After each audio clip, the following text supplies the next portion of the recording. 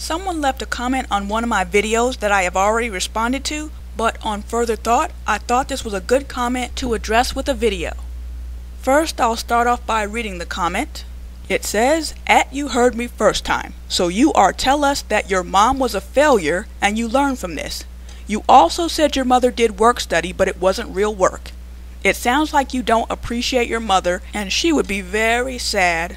But I guess it's all about you and not how hard she had to raise an ungrateful daughter. Mad about a man, parentheses, dad, who didn't want to be bothered with you in the first place. Count your blessings. She could have put you in foster care and you would definitely be singing a different tune." Well, that just puts me right in my place. How dare I talk about my mother that way, huh? I tell you, these kids these days. But anyway, this is the type of comment that is representative of a train of thought that I can't stand. And that is that women aren't responsible for the choices that they make, and more specifically the reproductive choices that they make. And secondly, that they're supposed to get some extra points for just doing what they're supposed to be doing. Now, before I go through this comment and address it line by line, let me just tell you something about my mom. Yes, she's made some mistakes in the past, and as I said in my response to that person, I haven't met anyone who's perfect. But the difference between her and a lot of these other women out here who made the same mistake she made is that she admits it. So she was able to tell me from day one, don't do it like this. So I didn't learn that she didn't do it the right way from some after school special or by going to church. No, she told me out of her own mouth. Now let's get back to this comment. First line. "So you are tell us that your mom was a failure and you learned from this." Oh, I love that first line. See, that's the kind of thing people do when they're trying to turn what you're saying into something bad so it makes it easier for them to attack. It's just like when I was talking about looking for a guy who was financially stable, and some of the guys tried to turn it into, oh, I would take a guy with bad character just as long as he had money. They know I didn't near about say that, but they had to change it to that to make it easier for them.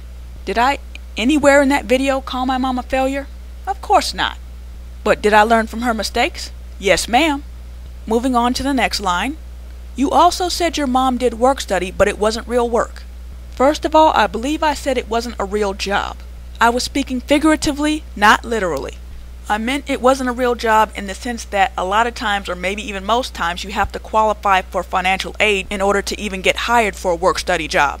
Work study jobs aren't open to the general public, and once you graduate, you're ineligible for a work study job. Also, most work study jobs don't pay enough to support a whole family. So those are the things that I meant when I said that it wasn't a real job.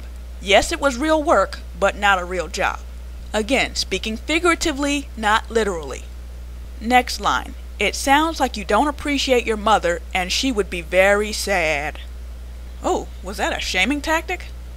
You don't even know my mom, so how do you know what she's happy or sad about?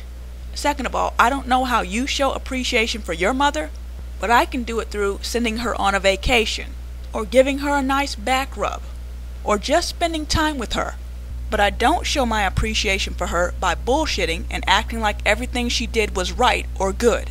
And I especially won't do that when she's gone through the trouble of actually telling me that some of the things that she did weren't right or good.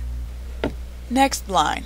"But I guess it's all about you and not how hard she had to raise an ungrateful daughter." First of all, that's about the size of it. When you have a kid, it is about that kid and not about how hard you had to work to raise them. Kids don't ask to be born. And who told you that raising a child was not supposed to be hard work anyway? Any parent that I've talked to says it's the hardest job they've ever had. But it's a hard job that they chose. Kids don't just appear out of nowhere. Nobody left me on my mom's doorstep. She had me, so I was her responsibility. It's like if you're standing on some carpet with a glass of wine, and then you start dancing around with the wine, and eventually you spill it, and then everybody else in the room looks at you and says, "Hey, you gonna get that up?" All of a sudden you want to play victim and say, "Do you know how hard it is to get wine out of carpet?" Well, hey, you were the one dancing around with the wine, and you spilt it, so get it up. So eventually, if and when you get the wine up, you go around telling everybody how you had to scrub the carpet for 3 days straight without any sleep to get that wine up. Well, hello, you spilt the wine in the first place. You created that work for yourself. And when you spill wine on carpet, you're supposed to get it up. You're not going the extra mile by cleaning up your own mess. Moving along to the next line. Mad about a man parentheses, dad, who didn't want to be bothered with you in the first place.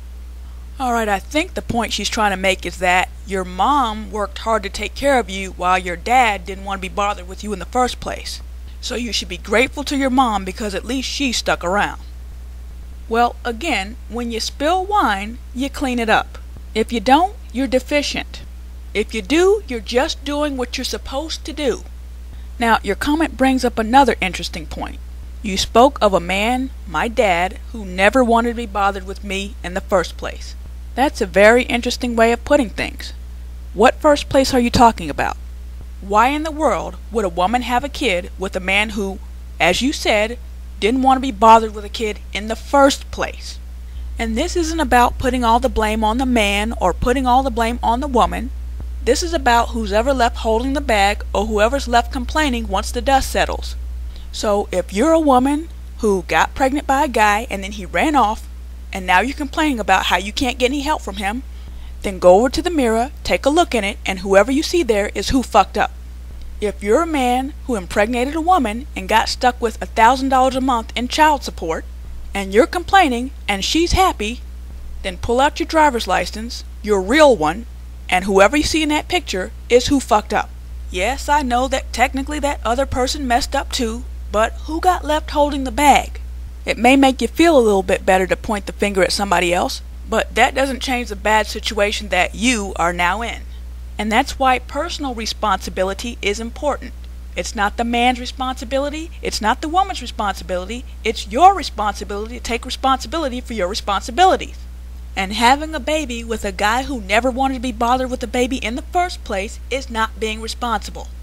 Well, what about him? Well, he's not worried about it. Not everybody feels about children the way you do. Not even their own biological children. Not everybody has a conscience or even the same idea of what right and wrong is. So don't have a baby with people who don't agree with your values. Moving on to the last line or last couple of lines.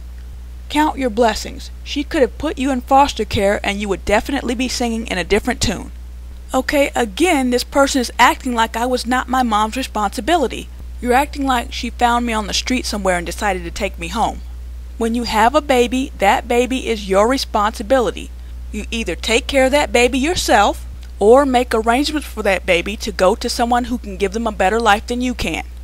If a woman decides to keep a baby rather than abort or give it up for adoption, assuming that she wasn't raped or something like that, she doesn't get extra credit for taking responsibility for her own child because that is a situation that she created in the first place. Now, overall, I would say that my mom did a good job raising me. There are some things that I'm very happy that she did. She taught me how to speak properly. She didn't give me a horrible name. She encouraged me to read and not watch a whole lot of television. And she also admitted to me some of her mistakes to try to keep me from making those same mistakes. It's not necessary or good for me to defend those mistakes just because she's my mom, and she wouldn't want me to do that anyway. My mom's not the only parent who's ever made a mistake. Everybody's parents make mistakes at some point. Parents are humans. But what I appreciate about my mom is that she was able to admit that her mistakes were mistakes, and she told me so I wouldn't make the same mistakes.